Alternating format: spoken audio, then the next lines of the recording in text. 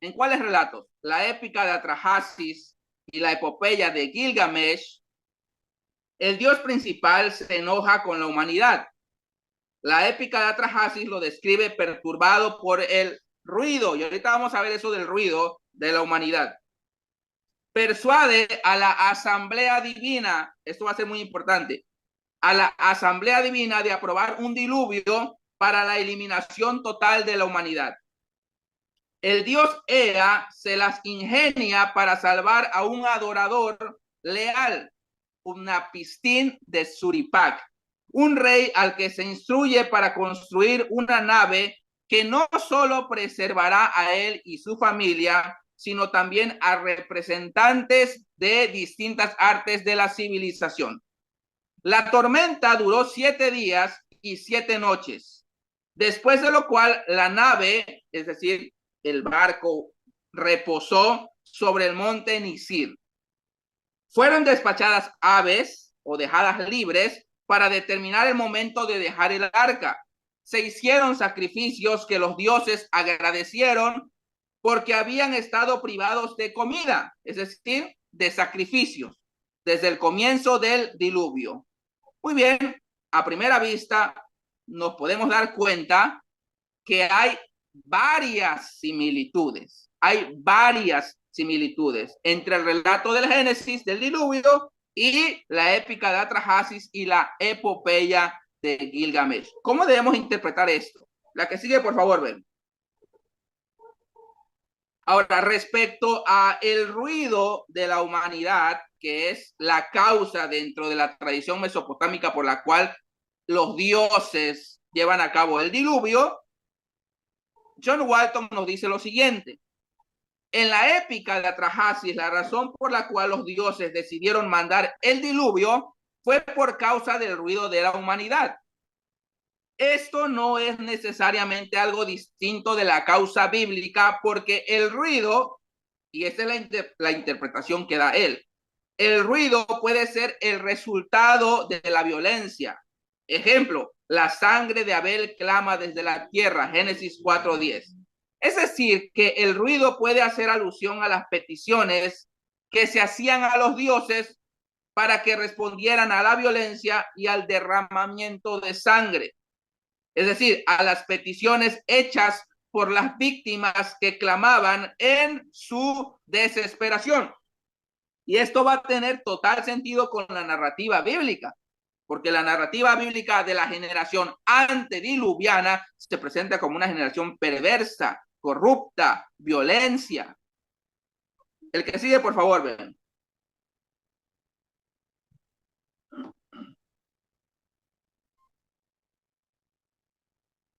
Veamos entonces las semejanzas básicas que encontramos entre el Génesis y estos relatos mesopotámicos. En la épica de Atrahasis, la razón por la cual los dioses decidieron mandar el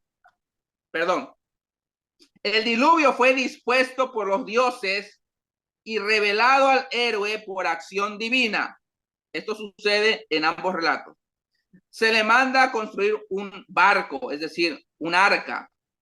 Se llevan los animales, se meten los animales. El diluvio resulta ser universal. Ojo, dentro de la narrativa, dentro del discurso, se asimila como un cataclismo universal. Todos los hombres son destruidos, se sueltan las aves, el barco llega a reposar sobre un monte. Al abandonar el arca se ofrece un sacrificio y los dioses perciben el olor agradable. Bueno, esto lo menciona Lázaro. Hay bastantes semejanzas básicas, hay bastante similitud. La que sigue, por favor, ven.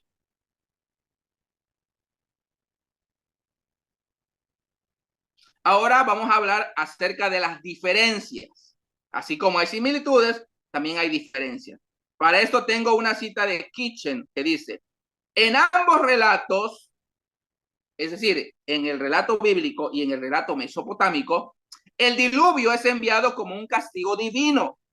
Sin embargo, los dioses mesopotámicos enviaron el diluvio simplemente porque no podían soportar el ruido hecho por la humanidad.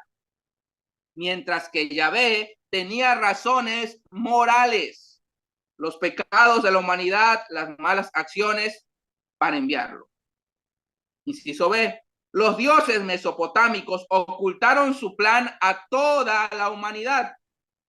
Solo un hombre fue informado clandestinamente por una deidad amiga, mientras que Yahvé ordenó directamente a un hombre de vida recta, y esto va a ser muy importante, que construyera un arca, porque el sentido de la narrativa bíblica es siempre hay un remanente.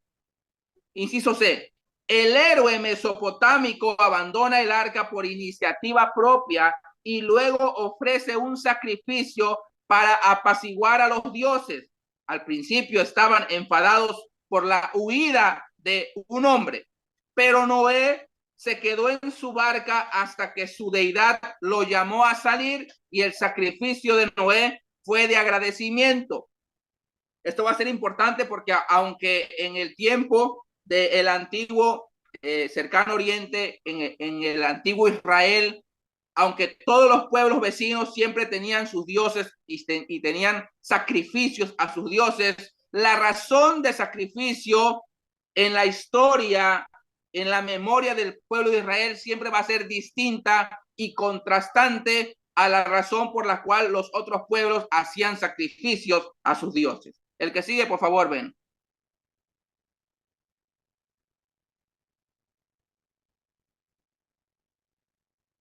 Lazar nos menciona algo que esto es sumamente importante. Lo que separa Génesis capítulo 1 al 11, donde también encontramos la narrativa del diluvio, de las tradiciones literarias mesopotámicas, es mucho más obvio que lo que los une. Y esto es muy importante porque mientras que la crítica literaria va a hacer un énfasis muy marcado en las similitudes entre estos dos relatos, el bíblico y el mesopotámico, Lazar nos dice, debemos prestar atención a las diferencias, porque todos estos relatos de la historia primigenia van a ser asimilados como una contrahistoria. La literatura mesopotámica está impregnada de politeísmo. Sus dioses, personificaciones de las fuerzas naturales, no conocen principio moral alguno. Mienten, roban, fornican y matan. El hombre no goza de ningún lugar especial como el ser terrenal más elevado de la creación hecho a imagen de Dios, como vimos en la clase pasada. El hombre es, en cambio, en la narrativa mesopotámica, el siervo inferior de señores divinos a quienes debe proveer alimentos y ofrendas. El que sigue, por favor, ven.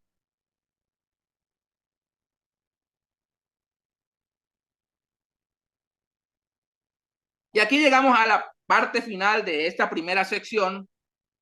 Debemos tomar muy en cuenta la dialéctica o el diálogo que se va dando en la propia narrativa de creación, diluvio y recreación, porque yo les dije que el diluvio es el puente entre la creación y el pacto noáquico, que resulta que el pacto noáquico dentro de la narrativa bíblica, dentro del discurso bíblico, es asimilado como una recreación. Esto lo vamos a ver ya más a detalle en la segunda parte. Por acá tengo una cita de Tremper Lockman que dice así: al enfatizar la importancia del diluvio, se puede llegar a reconocer la conexión entre el relato de la creación y el relato del diluvio, con lo cual se establece una pauta tripartita que va de, número 1, la creación, a 2, la descreación, es decir, el diluvio, y luego finalmente a 3, la recreación. El diluvio básicamente representa un retroceso enorme en el proceso de creación. Las aguas regresan al mundo a un estado que se puede describir como un caos total, lo que nos va a recordar Génesis capítulo 1, versículo 2. En otras palabras, hay una reversión de la creación. El que sigue.